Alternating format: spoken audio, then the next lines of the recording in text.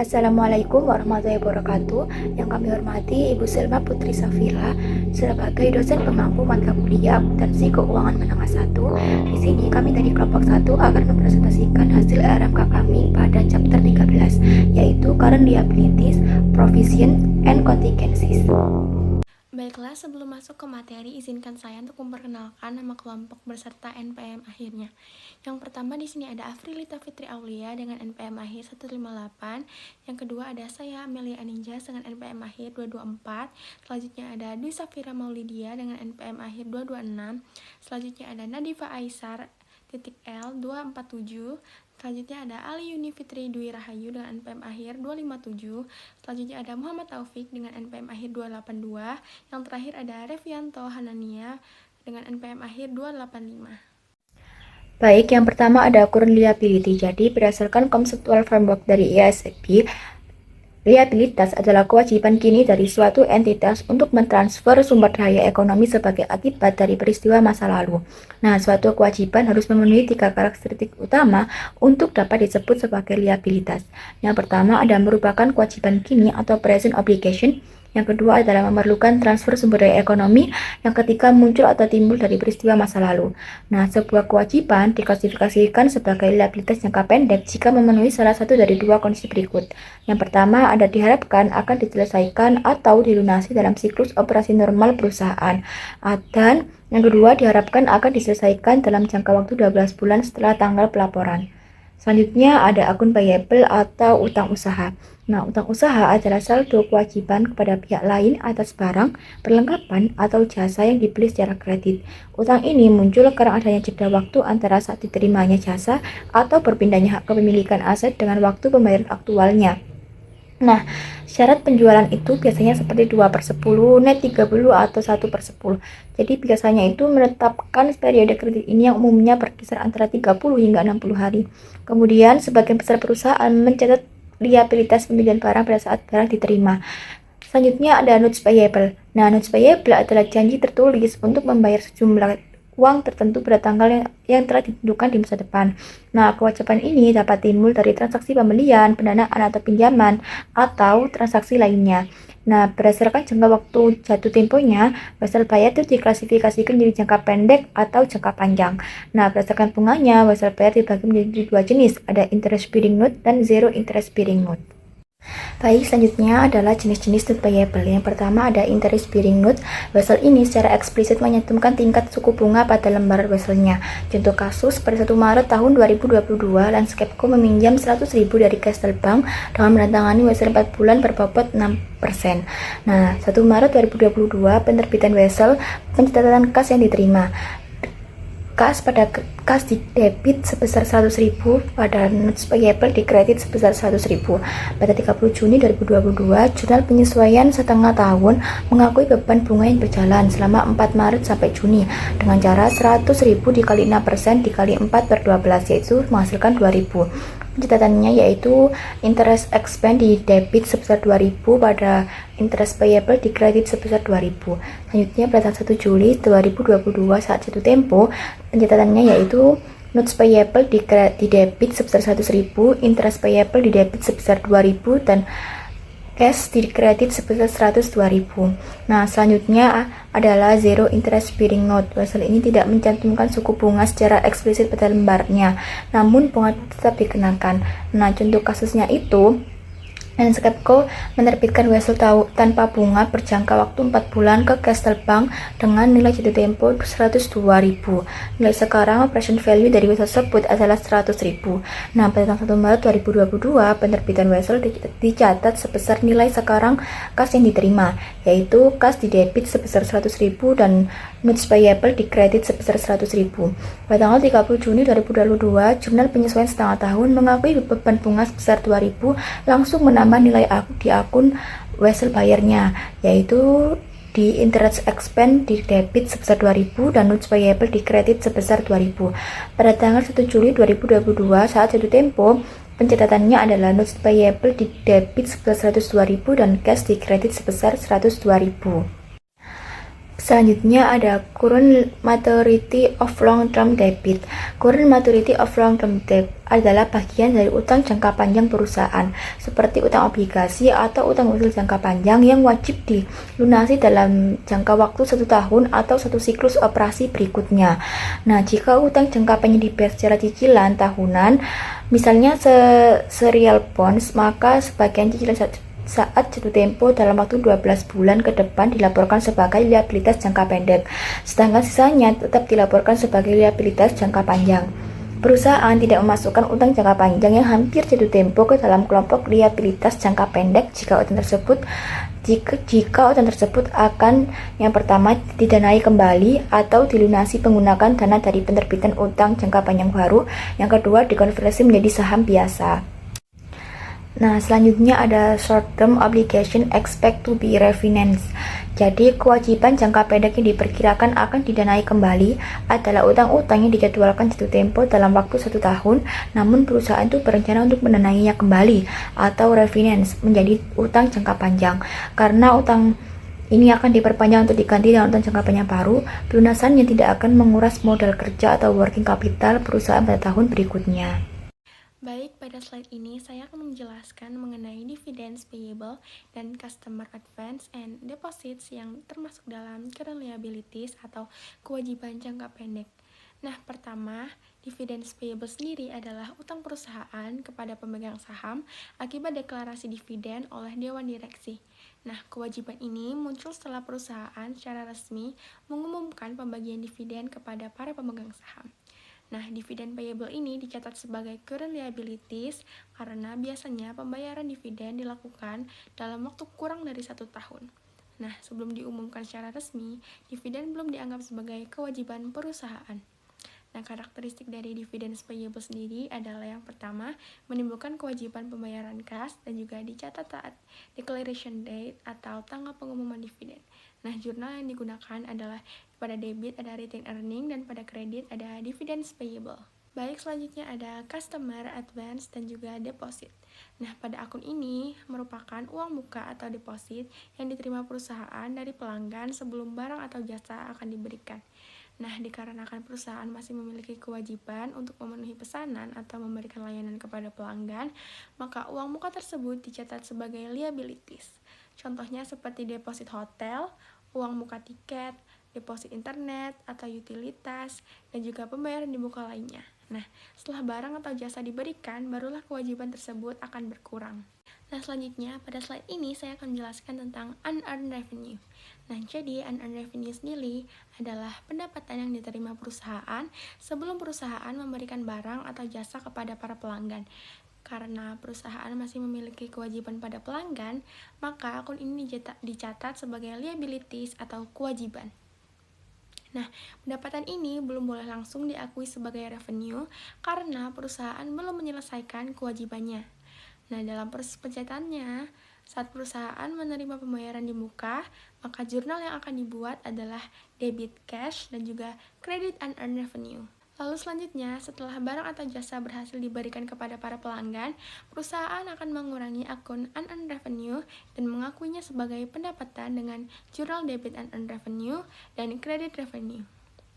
Nah, untuk contoh kasus pada slide ini ada Logo University yang menjual 10.000 tiket museum sepak bola dengan harga $50 per tiket. Nah, pada saat tiket dijual, universitas akan menerima kas sebesar $500.000 dan mencatat unearned sale revenue sebagai jumlah yang sama.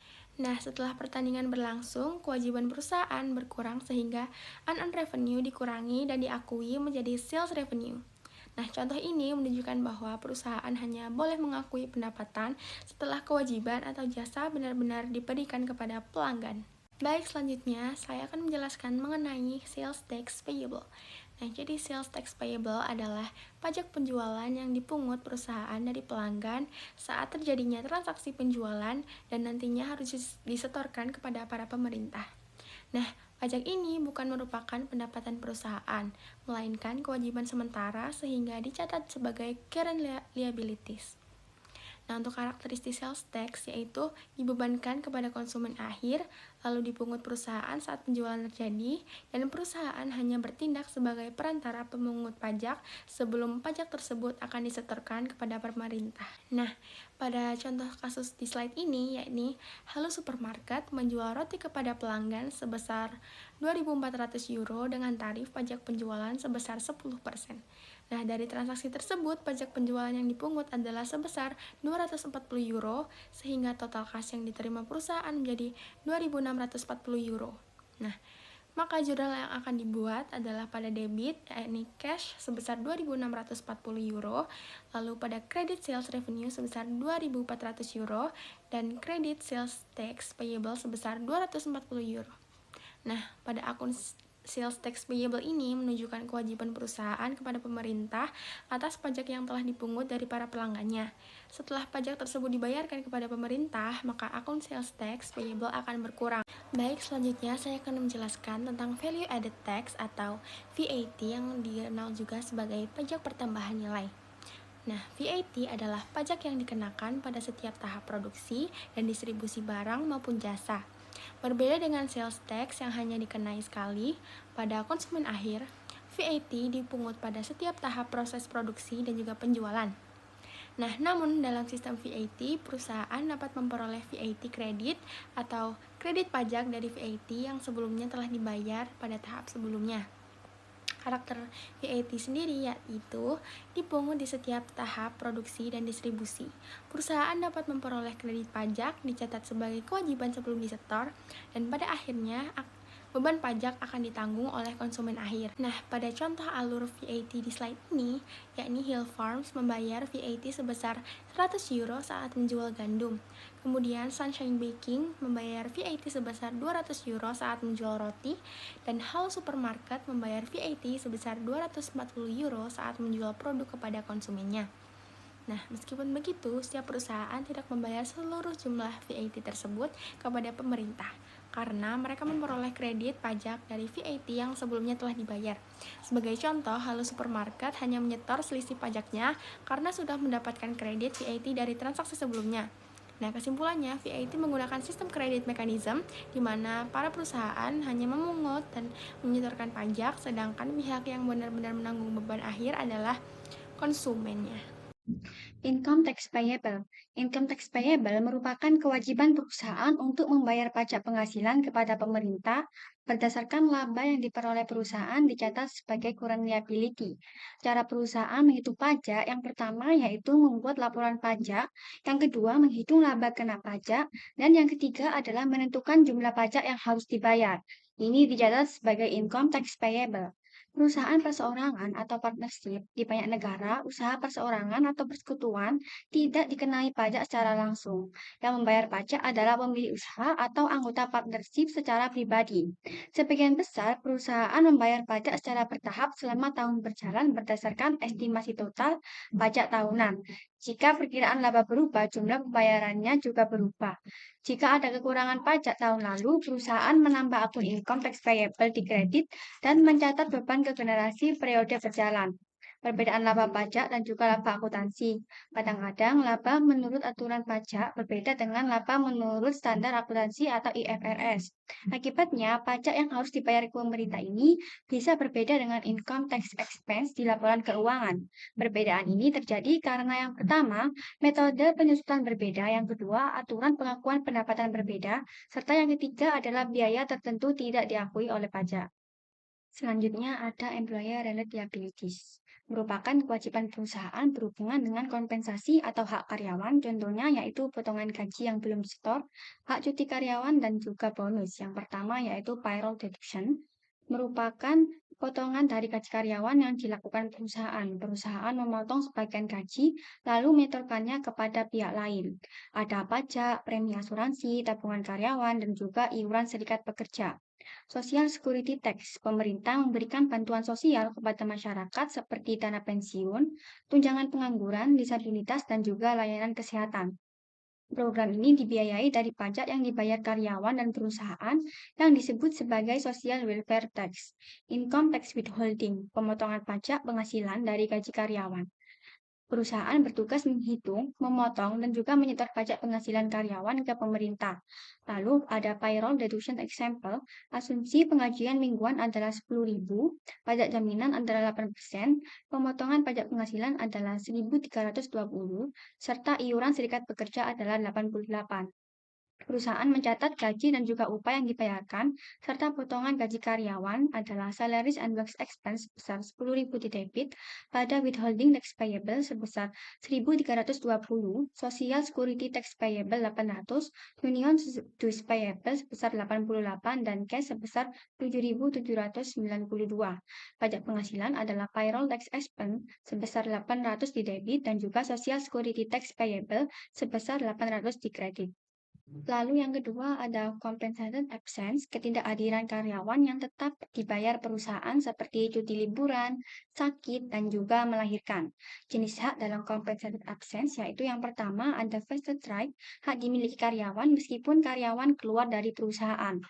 Lalu ada accumulated right, yaitu hak dibawa ke periode berikutnya jika belum digunakan. Lalu ada non-accumulated right, yaitu tidak bisa dibawa ke tahun berikutnya dan hangus jika tidak digunakan. Karena itu perusahaan tidak mencatat liability sampai karyawan benar-benar mengambil cuti.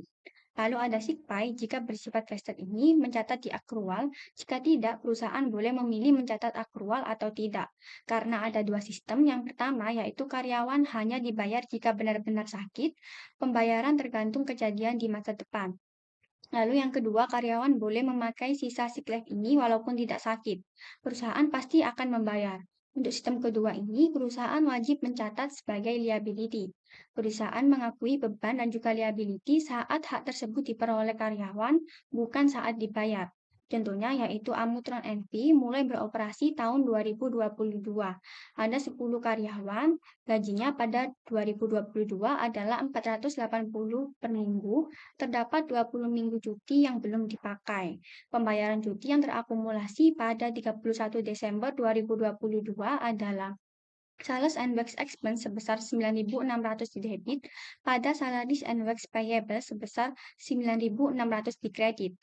Lalu pada tahun 2023 karyawan menggunakan cuti tetapi gaji tersebut naik menjadi 540 per minggu. Jurnal tahun 2023 adalah sales and works payable sebesar 9.600 di debit, salaries and works expense sebesar 1.200 di debit, pada cash 10.800 di kredit. Lalu yang ketiga ada profit sharing and bonus plans. Perusahaan memberikan bonus kepada karyawan sebagai tambahan gaji tergantung laba perusahaan. Contohnya yaitu Palmer memiliki laba 100 tahun 2022. Perusahaan membayar bonus sebesar 10.700 pada Januari 2023. Jurnal penyesuaian tahun 2022 adalah salaries and works expense sebesar 10.700, pada salaries and works payable sebesar 10.700 di kredit. Pada Januari 2023 saat bonus dibayar, jurnalnya adalah salaries and works payable 10.700 pada cash 10.700. Lalu ada conditional expense, yaitu biaya yang tergantung kondisi tertentu, contohnya sewa berdasarkan penjualan dan juga royalti. Provision. Pada subbab ini, kita akan membahas mengenai provisions atau provisi. Provisions adalah kewajiban perusahaan yang jumlah maupun waktu pembayarannya masih belum pasti. Jadi, perusahaan mengetahui bahwa mereka memiliki kewajiban tetapi belum bisa memastikan secara tepat kapan kewajiban tersebut dibayar atau berapa jumlah pastinya.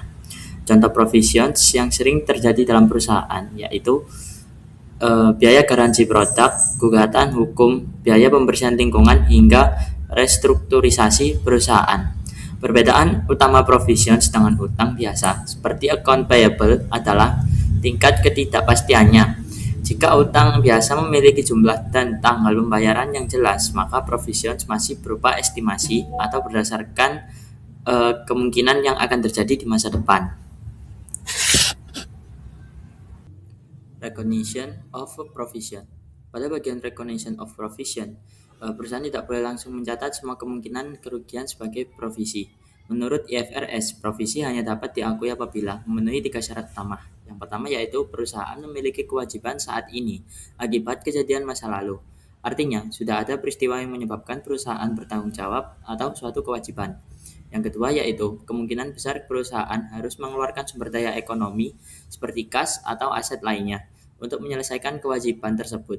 Probabilitasnya harus lebih dari 50% atau 50 more likely than not. Yang ketiga yaitu jumlah kewajiban tersebut harus diestimasi secara andal. Jika perusahaan tidak dapat memperkirakan biaya nilainya, maka provisi tidak dapat diakui.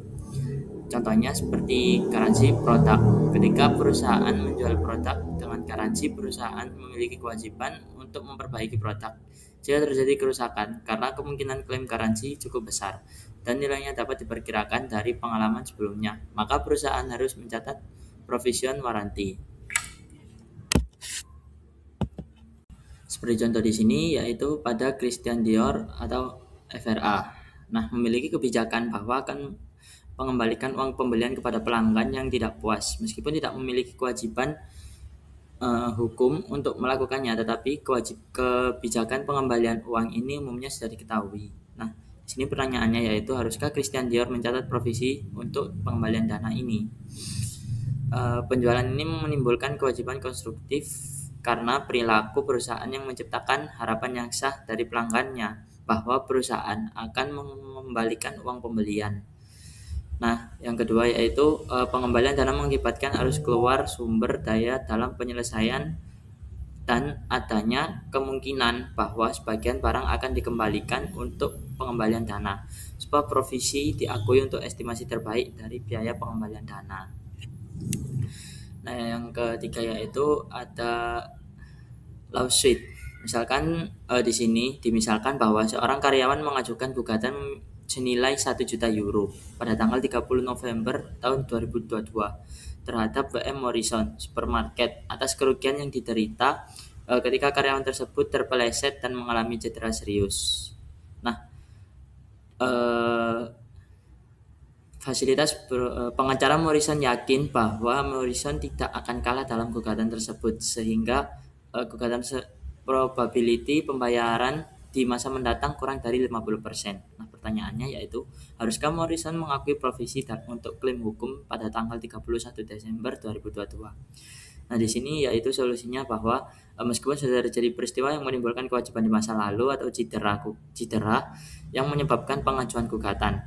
Nah, kemungkinan besar Morrison tidak perlu membayar provisi. Namun, jika pengacara Morrison menentukan bahwa kemungkinan besar perusahaan akan kalah dalam gugatan tersebut, maka Morrison harus mengakui provisi pada tanggal 31 Desember 2022.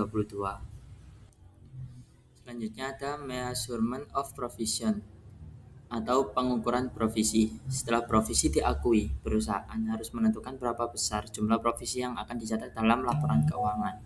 IFRS menjelaskan bahwa jumlah provisi harus menggunakan best estimate, yaitu estimasi terbaik dari biaya yang dibutuhkan untuk menyelesaikan kewajiban tersebut. Dalam menentukan estimasi ini, manajemen menggunakan pengalaman masa lalu, data historis, pendapatan ahli, dan informasi relevan lainnya. Ada beberapa metode yang digunakan untuk pengukuran provisi. Yang pertama yaitu ada expect value method. Metode ini digunakan jika perusahaan menghadapi banyak kemungkinan hasil, seperti garansi produk. Perusahaan harus menghitung rata-rata tertimbang dari seluruh kemungkinan biaya berdasarkan probabilitasnya. Rumusnya yaitu probabilitas dikalikan estimasi biaya. Metode yang kedua yaitu ada most likely outcome. Metode ini digunakan untuk kasus tunggal seperti gugatan hukum. Perusahaan akan mencatat nilai kerugian yang paling mungkin terjadi berdasarkan hasil analisis hukum atau pendapat ahli. Nah, metode ketiga yaitu ada present value. Metode ini digunakan jika kewajiban yang akan dibayar dalam jangka panjang dan nilainya material. Dalam metode ini, perusahaan mempertimbangkan time value of money, yaitu nilai uang saat ini lebih berharga dibanding nilai uang di masa depan. Jadi tujuan utama dari measurement ini yaitu agar laporan keuangan dapat menunjukkan kewajiban perusahaan secara wajar dan sesuai kondisi sebenarnya. Pada slide ini membahas mengenai common types of provisions, yaitu kewajiban yang jumlah atau waktunya belum pasti, tetapi kemungkinan besar akan terjadi dan dapat diestimasi. Yang pertama adalah litigation provisions atau provisi gugatan hukum. Provisi ini diakui jika penyebab gugatan sudah terjadi sebelum laporan keuangan diterbitkan. Kemungkinan perusahaan kalah cukup besar dan kerugiannya dapat diestimasi secara wajar. Jika syarat tersebut terpenuhi, perusahaan mencatat beban litigasi dan kewajiban litigasi. Selanjutnya ada warranty provisions, yaitu provisi terkait garansi produk. Garansi sendiri merupakan janji perusahaan atas kualitas atau performa produk yang dijual. Warranty provisions dibagi menjadi dua jenis. Yang pertama adalah assurance type warranty. Ini merupakan garansi bawaan produk yang sudah termasuk dalam harga jual. Karena perusahaan memperkirakan akan ada biaya perbaikan atau penggantian produk di masa depan, maka perusahaan mencatat estimated warranty cost berdasarkan jumlah unit terjual dikali estimasi biaya per unit. Pada contoh tahun 2022, perusahaan mencatat biaya garansi yang benar-benar terjadi sebesar 4.000. Kemudian di akhir periode dilakukan penyesuaian untuk estimasi biaya garansi yang masih akan terjadi sebesar 16.000, sehingga muncul warranty liability. Saat biaya tersebut benar-benar dikeluarkan di tahun 2023, kewajiban garansi akan dikurangi. Jenis kedua adalah service type warranty. Berbeda dengan assurance type, garansi ini dijual terpisah dan dianggap sebagai separate performance obligation. Karena jasanya diberikan di masa depan, pendapatannya belum langsung diakui tetapi dicatat terlebih dahulu sebagai unearned warranty revenue. Pada contoh, perusahaan menerima kas sebesar 30.900, di mana 30.000 diakui sebagai sales revenue dan 900 dicatat sebagai unearned warranty revenue. Pendapatan garansi tersebut kemudian diakui secara bertahap selama masa garansi. Kemudian terdapat tentang consideration payable. Consideration payable adalah insentif atau promosi yang diberikan perusahaan kepada pelanggan sebagai bagian dari penjualan. Bentuknya bisa berupa hadiah, kupon, rebate, atau frequent flyer points. Nah, consideration payable ini diakui karena perusahaan memperkirakan pelanggan akan menukar hadiah atau kupon tersebut di masa depan. Jadi, perusahaan harus mengakui beban dan juga kewajiban atau liability pada periode yang sama dengan penjualan yang terjadi. Dalam jurnalnya ada beberapa akun yang digunakan seperti inventory of premiums, cash, sales revenue, premium expense, dan premium liability.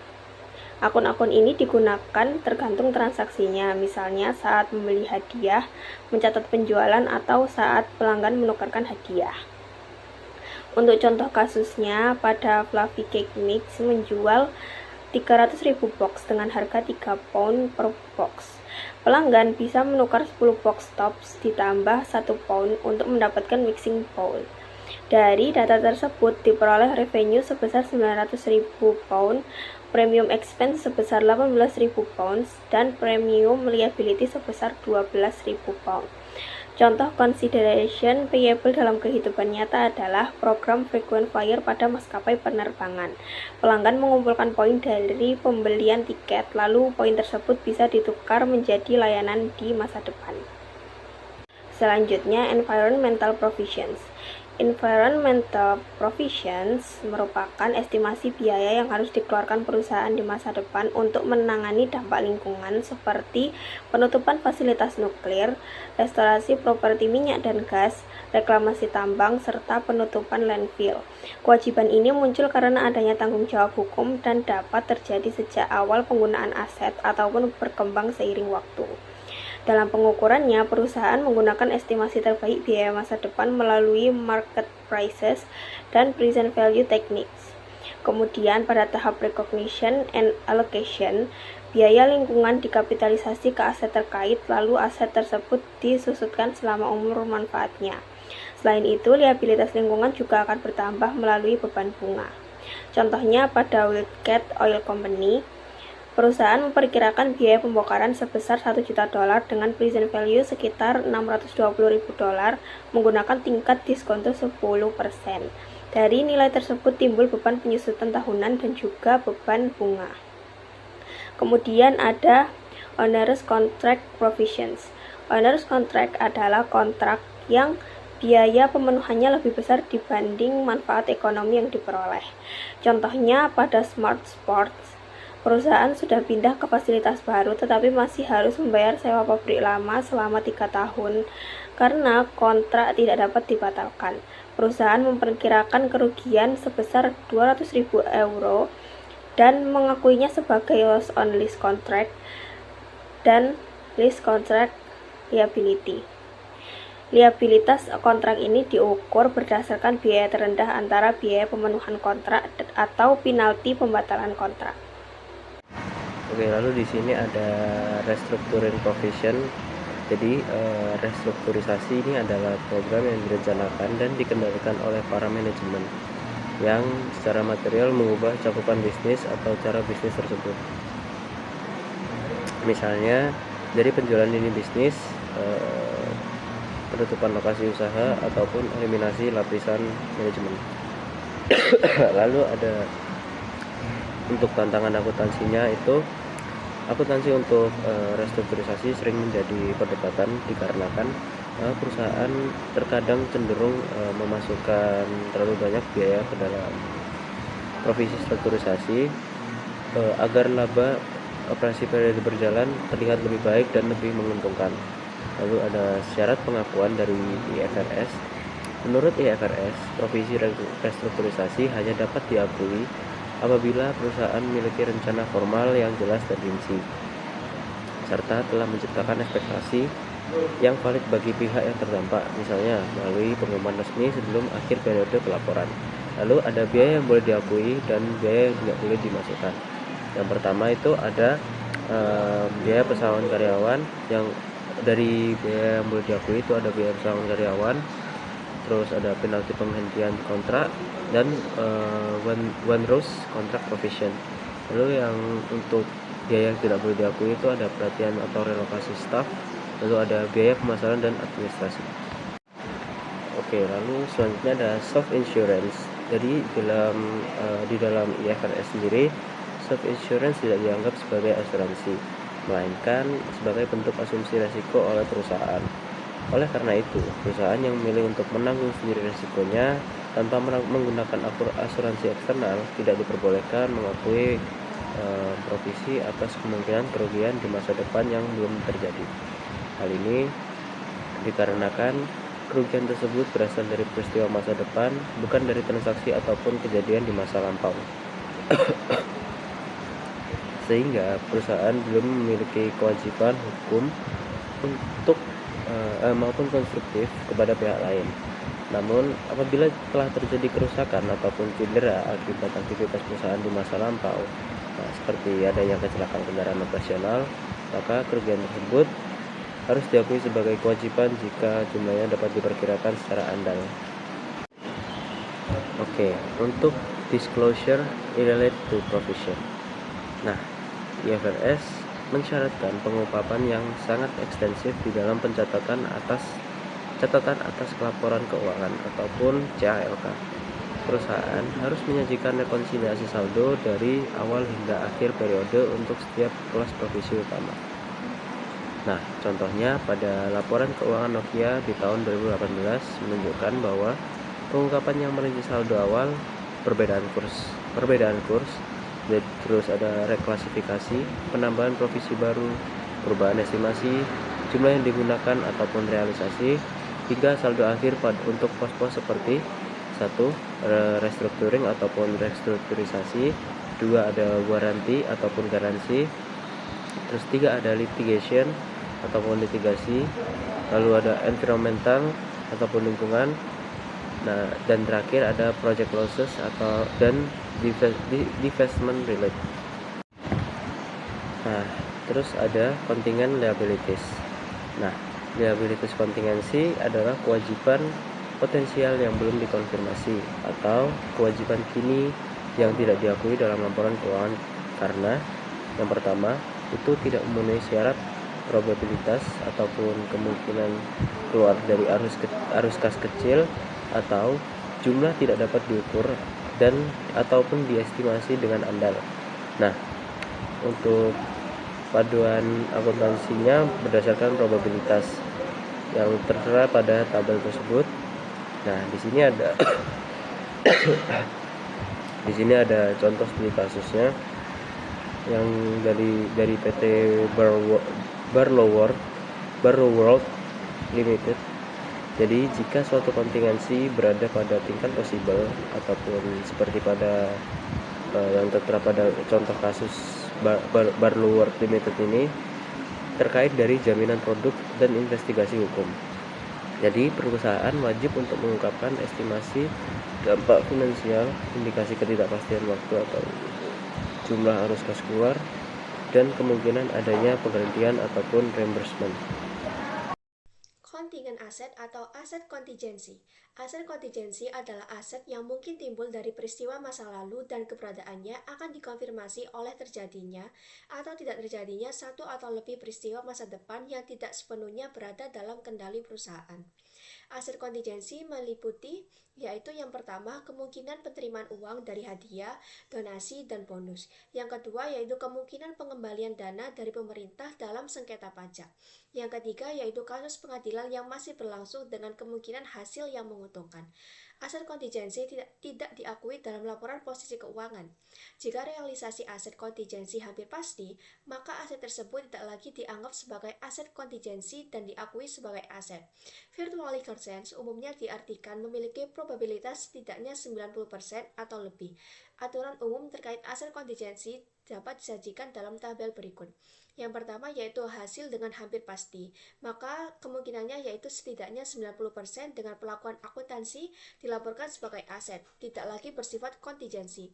Yang kedua yaitu probable atau lebih mungkin terjadi daripada tidak, maka kemungkinannya yaitu 51-90% dengan pelakuan akuntansi diungkapkan. Kemudian yang ketiga yaitu mungkin tetapi tidak probable, maka kemungkinannya yaitu 5-50% dengan perlakuan akuntansi tidak perlu pengungkapan. Dan yang keempat yaitu remote dengan kemungkinan kurang dari 5% dengan perlakuan akuntansi yaitu tidak perlu pengungkapan. Dalam praktiknya, persentase untuk virtually certain dan remote dapat berbeda dari yang disajikan. Presentation of current liability atau penyajian liabilitas lancar. Dalam praktiknya, liabilitas lancar biasanya dicatat dan dilaporkan dalam laporan keuangan pada nilai jatuh tempo penuh. Karena jangka waktu yang terlibat biasanya kurang dari 1 tahun, perbedaan antara nilai sekarang dari liabilitas lancar dan nilai jatuh temponya biasanya tidak besar. Para profesional secara umum menganggap hanya sedikit penyajian kembali liabilitas yang diperlukan dari pencatatan liabilitas lancar pada nilai jatuh tempo. Liabilitas lancar disajikan sebagai liabilitas tidak lancar dalam laporan posisi keuangan. Dalam klasifikasi liabilitas lancar, perusahaan dapat mencantumkan akun-akun dalam urutan jatuh tempo, dalam urutan jumlah, atau berdasarkan preferensi likuidasi, seperti yang diilustrasikan dalam tabel berikut, yaitu yang menyajikan cuplikan laporan keuangan Wilmar International Limited atau SGP yang mewakili laporan perusahaan besar. Dari ilustrasi tersebut, rincian dan informasi tambahan mengenai liabilitas lancar harus cukup untuk memenuhi persyaratan pengungkapan penuh. Perusahaan juga harus dengan jelas mengidentifikasi liabilitas serta menunjukkan klasifikasi terkait sebagai lancar. Jika karena sifat suatu liabilitas dapat diperpanjang, perusahaan harus mengungkapkan rinciannya. Perusahaan juga tidak boleh mengimbangi liabilitas lancar dengan aset yang akan digunakan untuk pelunasinya. Seperti dibahas sebelumnya, jatuh tempo saat ini dari utang jangka panjang diklasifikasikan sebagai liabilitas lancar. Analysis of current liability atau analisis liabilitas lancar. Perbedaan antara liabilitas lancar dan tidak lancar sangat penting. Hal ini memberikan informasi mengenai likuiditas perusahaan dan kemampuan membayar utangnya ketika jatuh tempo.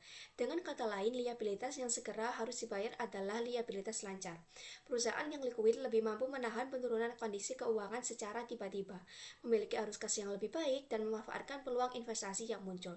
Analisis menggunakan rasio dasar seperti arus kas bersih yang diperoleh dari aktivitas operasi terhadap liabilitas lancar, serta berbagai rasio lain untuk menilai likuiditas. Dua rasio lain yang digunakan untuk mengukur likuiditas adalah current ratio dan asset debt ratio. Current ratio yaitu rasio total aset lancar terhadap total liabilitas lancar, yaitu dengan rumus current ratio sama dengan current asset dibagi current liabilities. Rasio ini sering dinyatakan sebagai cakupan sebanyak sekian kali. Kadang-kadang disebut working capital ratio karena working capital adalah kelebihan aset lancar atas liabilitas lancar. Kemudian ada asset test ratio, yaitu banyak analisis lebih menyukai asset test ratio atau quick ratio yang menghubungkan total liabilitas lancar dengan kas, investasi jangka pendek, dan piutang. yaitu dengan rumus asset test ratio sama dengan cash plus short term investment plus net receivable dibagi current liabilities. Maka seperti dengan contohnya yaitu jika pada current ratio yaitu dengan current asset dibagi current liabilitas. Misalnya current asetnya yaitu 25.466 dolar. Maka dibagi dengan current liabilitas ya yang dengan senilai 12.628.866 dolar. Maka current ratio-nya yaitu 2,02 times. Sedangkan dengan asset test ratio yaitu cash plus short term investment ditambah net receivable dibagi dengan current liabilities, maka 16.087.546 dibagi 12.628,866 dolar, maka menghasilkan 1,27. Baik, sekian presentasi dari kelompok kami. Kurang lebihnya kami mohon maaf. Wassalamualaikum warahmatullahi wabarakatuh.